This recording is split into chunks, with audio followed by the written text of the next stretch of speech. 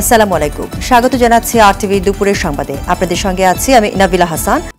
BNP নেতাদের মামলাগুলোর সবই তাদের অপরাধের কারণে হয়েছে, এমনটি জানিয়ে প্রধানমন্ত্রী শেখ হাসিনা বলেছেন, মামলাগুলো দ্রুত শেষ করে শাস্তি নিশ্চিত করাই হবে তাদের এখনকার প্রাপ্য। সকালে গণভবনে অনুষ্ঠিত কৃষক লীগের 52তম প্রতিষ্ঠা বার্ষিকী উপলক্ষে আয়োজিত শুভেচ্ছা বিনিময় অনুষ্ঠানে এসব কথা বলেন তিনি। এই সময় দেশে তৃণমূলের কৃষক যাতে তাদের অধিকার ও ন্যায্য মূল্য থেকে বঞ্চিত না হয়, সেই জন্য নজরদারি বাড়াতে কৃষক লীগের নেতাদের নির্দেশনাও দেন আওয়ামী লীগ সভাপতি। মারুফ রেজা রিপোর্ট। বাংলাদেশ আওয়ামী লীগের অন্যতম সহযোগী সংগঠন বাংলাদেশ কৃষক লীগের 52তম প্রতিষ্ঠা বার্ষিকী উপলক্ষে গণভবনে দলের সভাপতিকে শুভেচ্ছা জানাতে আসেন সংগঠনটির শীর্ষ নেতারা। শুভেচ্ছা গ্রহণ শেষে দিক নির্দেশনামূলক বক্তব্য দেন প্রধানমন্ত্রী।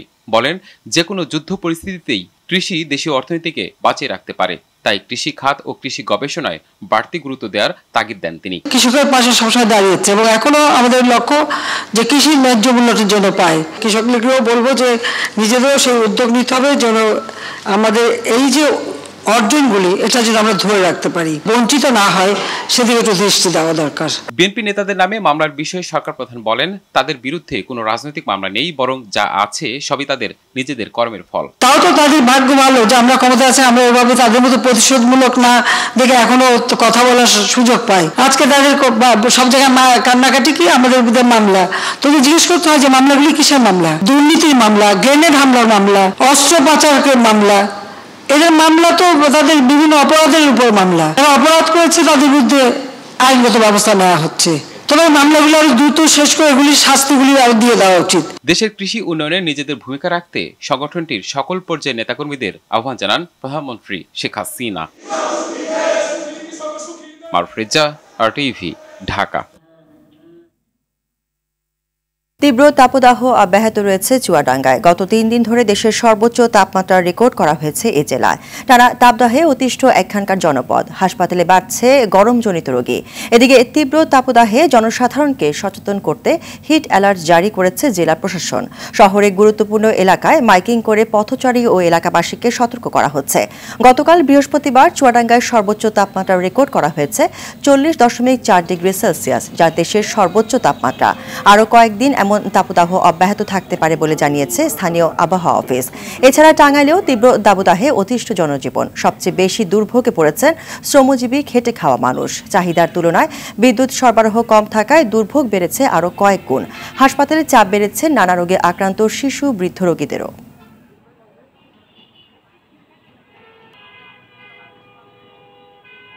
সাধারণ জনগণ খুব অতিষ্ঠ, প্রচণ্ড রোদ আর প্রচণ্ড গরম। বিশেষ করে আমাদের বাচ্চাদের নিয়ে অনেক কষ্টে আছি। প্রচণ্ড গরম পড়ছে, এই গরমে মানুষ অতিষ্ঠ হয়ে যাচ্ছে।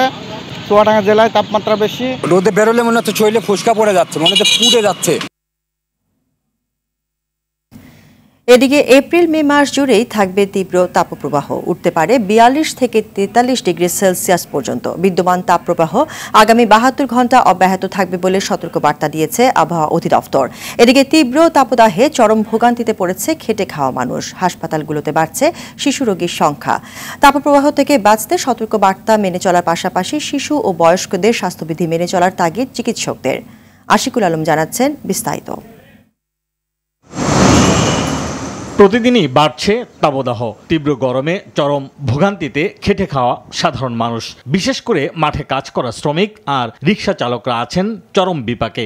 রোদের কারণে, গরমের কারণে ভালো লাগে না।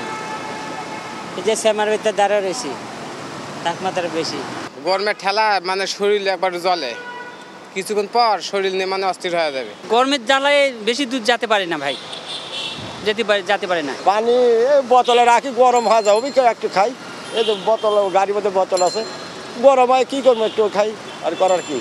রাজধানীর আগারগাঁও আবহাওয়া অধিদপ্তরে ব্রিফিংয়ে জানানো হয়, জলীয় বাষ্প বৃদ্ধির কারণে গরমে বাড়তে পারে অস্বস্তি। তাই দুপুর 12টা থেকে বিকেল 4টা পর্যন্ত প্রখর রোদ এড়িয়ে চলার পরামর্শ তাদের। বিদ্যমান তাপপ্রবাহ এপ্রিল মাস জুড়েই অব্যাহত থাকবে। মে মাস উত্তপ্ত মাস, সুতরাং এই যে বিদ্যমান তাপপ্রবাহ, এই তাপপ্রবাহের আওতাধীন এরিয়া আজকে থেকে একটু বৃদ্ধি পাবে।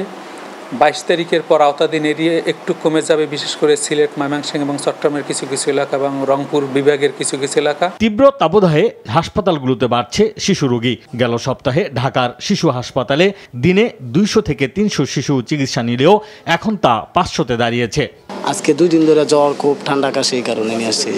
নিউমোনিয়া হয়েছিল, তো ট্রিটমেন্ট করার পরে সারছে, তখন আবার এরকম শ্বাসকষ্ট হয়ে গেছে। তীব্র তাপদাহে ভাইরাল ফ্লু, হিট স্ট্রোক থেকে বাঁচতে স্কুলগামী শিক্ষার্থীদের সঙ্গে পথ শিশুদেরও সতর্ক হওয়ার কথা বলছেন চিকিৎসকরা।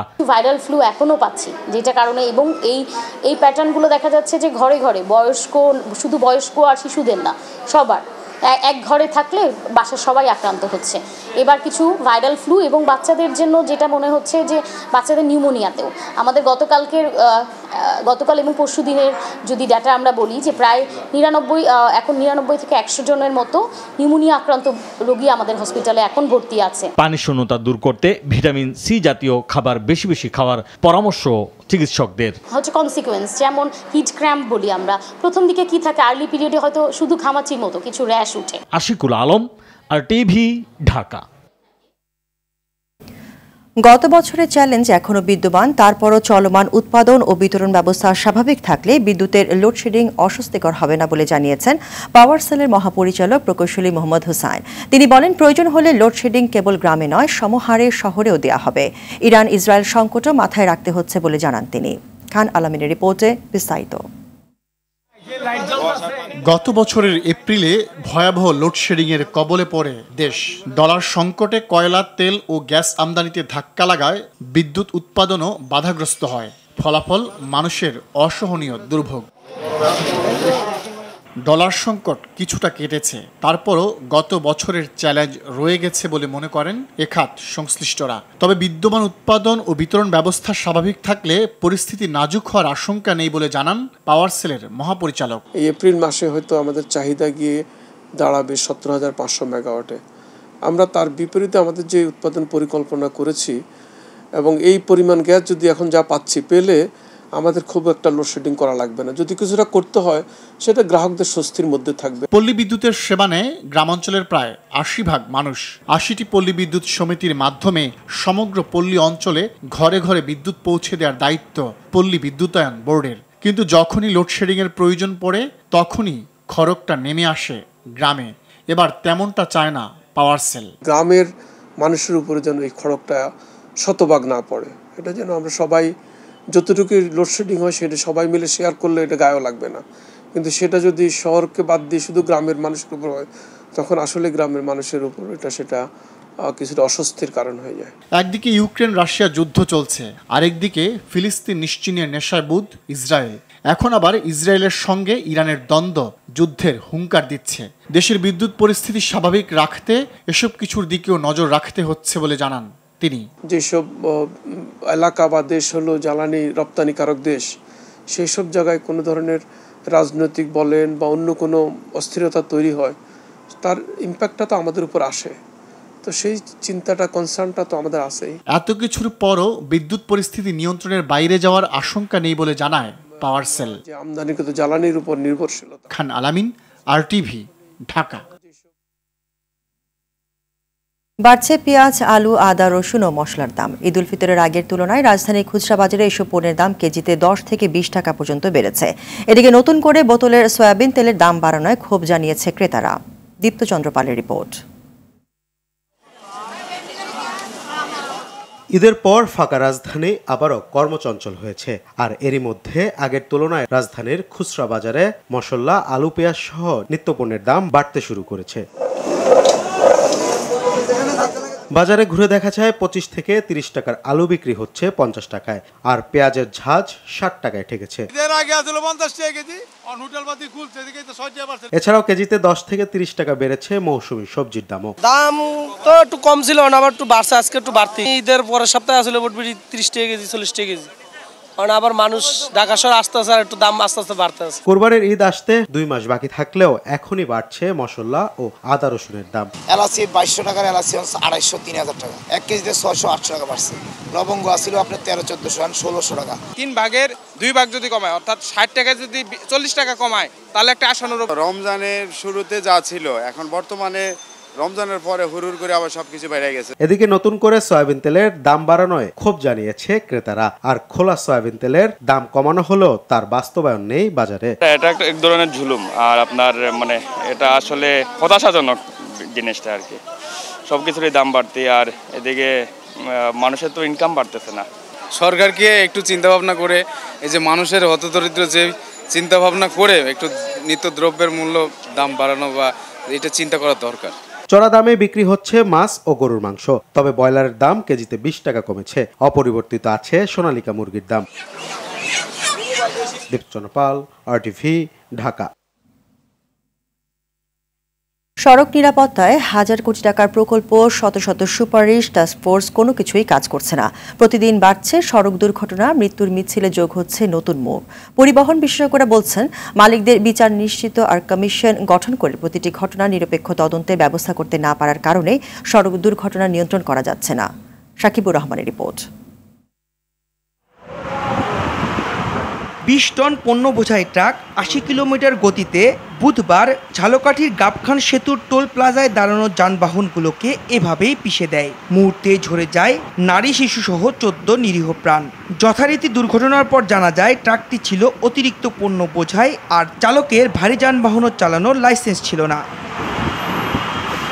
ঠিক তার আগের দিন ফরিদপুরে বাস পিকআপের মুখোমুখি সংঘর্ষে 15 জনের মৃত্যু হয়। নিয়ম না থাকলেও পণ্যবাহী পিকআপে যাত্রী পরিবহন করা হচ্ছিল।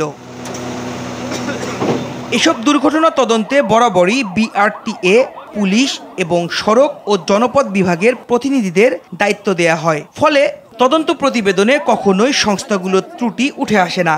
যে কোনো দুর্ঘটনা হলেই তড়িঘড়ি করে একটা তদন্ত কমিটি তৈরি হয়, বিভিন্ন সংগঠন প্রতিষ্ঠান থেকে ধার করে সদস্য নেওয়া হয়।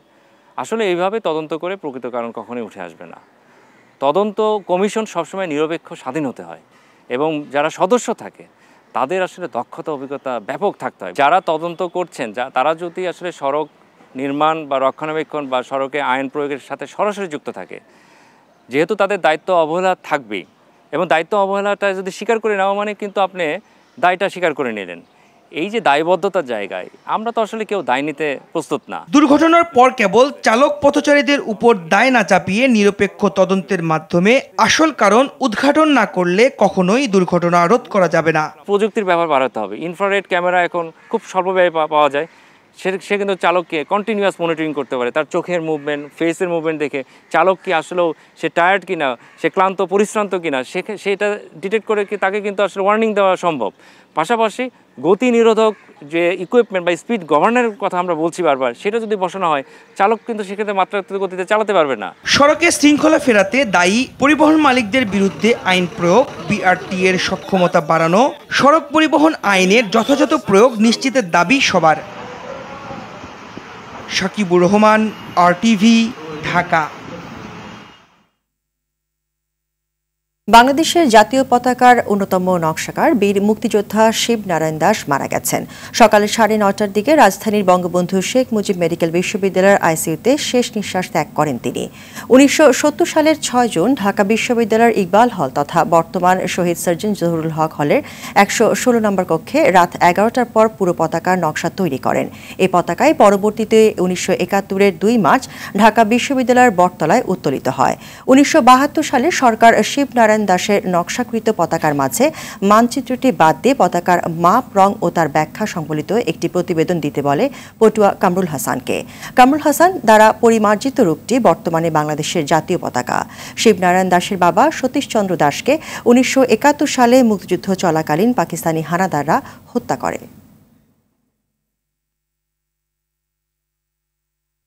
মিয়ানমারের রাখাইনে চলমান সংঘাত থেকে বাঁচতে দেশটির বিজেপির আরও 13 জন সদস্য বাংলাদেশে প্রবেশ করেছে। বৃহস্পতিবার বাংলাদেশ কোস্টগার্ড টেকনাফ স্টেশনের কাছে তারা আত্মসমর্পণ করেন। শুক্রবার বিষয়টি নিশ্চিত করেন বর্ডার গার্ড বাংলাদেশ বিজেপির জনসংযোগ কর্মকর্তা শরীফুল ইসলাম। তিনি জানান, বৃহস্পতিবার টেকনাফের নাফ নদীতে নতুন করে আরও 13 জন বিজেপি সদস্য কোস্টগার্ডের কাছে আত্মসমর্পণ করেছে। পরে বিজেপি সদস্যদের বিজেপির নাইক্ষংছড়ি ব্যাটালিয়নের কাছে হস্তান্তর করা হয়। এ নিয়ে মোট 274 জন বিজেপি সদস্য বাংলাদেশে আশ্রয় নিল।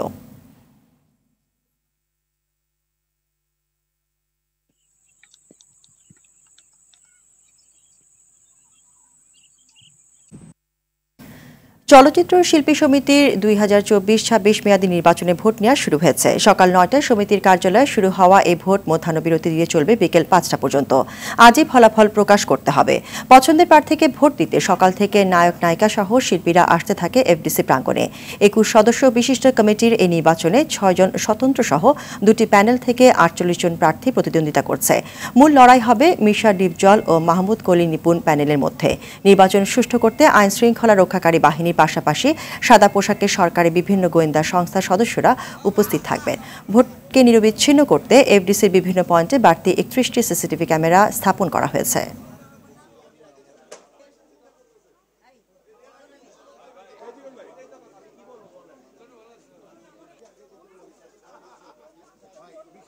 গতবারের মতো ঘটনা যেন পুনরাবৃত্তি না ঘটে, এই জন্য আসলে এই ব্যবস্থা।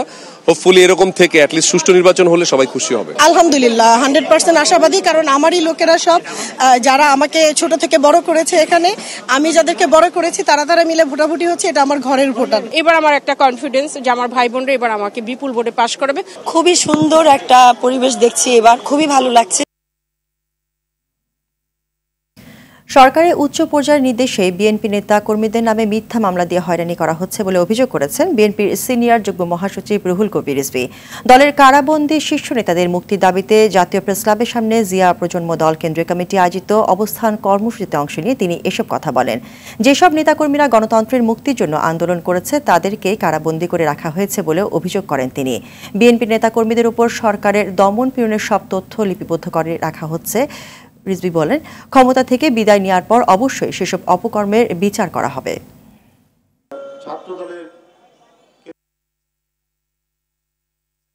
জনসমর্থন না থাকলে সেই সরকাররা প্রচন্ড স্বেচ্ছাচারী হয়, জনগণের আওয়াজ পেলেই নির্মমভাবে সেটাকে দমন করে। সেই দমনের প্রক্রিয়া নানা রকম। কারাগারের ভিতরে তাদেরকে বন্দী করে রাখা, আইন শৃঙ্খলা বাহিনী কর্তৃক ব্যাপকভাবে বেধড়ক মারপিট করা, এটাই চলে। দুর্দান্ত সাহস আর বাধাহীনভাবে দুই তরুণ পার করছে দেয়াল, বাড়ির ছাদ কিংবা পাহাড়ের বিভিন্ন বাধা। কখনো দৌড়ে আবার কখনো লাফিয়ে বাধা পাড়ি দেওয়ার দুঃসাহসিক এই খেলার নাম পার্কার। ইউরোপ আমেরিকায় বহু আগে থেকে প্রচলিত থাকলেও বাংলাদেশে এই খেলা একেবারেই নতুন। চট্টগ্রামের কাজী দেউরির বাসিন্দা সাজ্জাদ ও মিনহাজের হাত ধরে দেশে যাত্রা শুরু করেছে ঝুঁকিপূর্ণ এই খেলাটি। চট্টগ্রাম থেকে স্টাফ রিপোর্টার সাইফুল মাহমুদের পাঠানো তথ্য ছবিতে নাজমুল সাকিবের রিপোর্ট। ক্যামেরায় ছিলেন ইমু খান। মনে হতেই পারে এটি হলিউড বা বলিউড সিনেমার কোনো দৃশ্য, তবে এই ধারণাটি একেবারেই ভুল। এটি চট্টগ্রামের কাজী দেউরির দুঃসাহসী দুই তরুণ সাজ্জাদ ও মিনহাজের ছুটে চলার গল্প।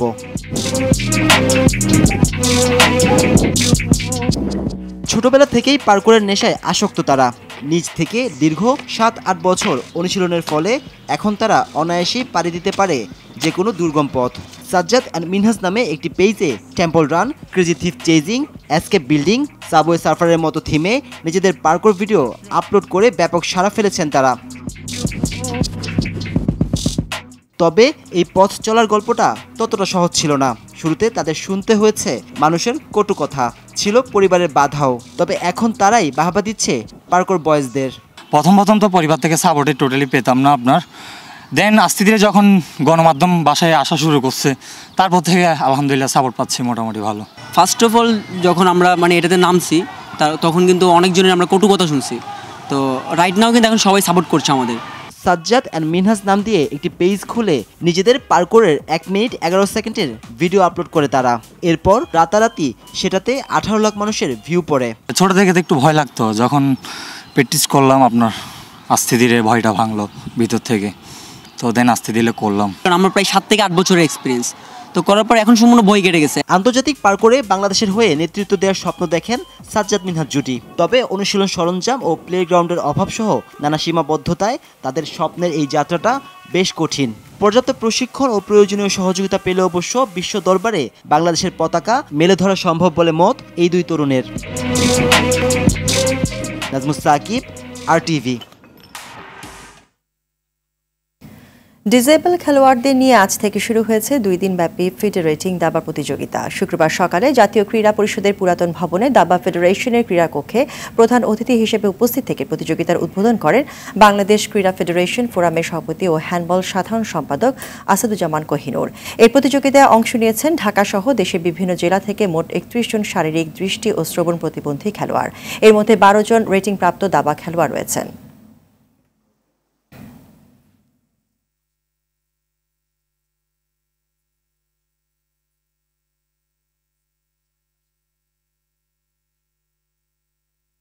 দুপুরের সংবাদ এই পর্যন্তই। সর্বশেষ সংবাদ জানতে যে কোনো মোবাইল থেকে 24141 নম্বরে ডায়াল করুন।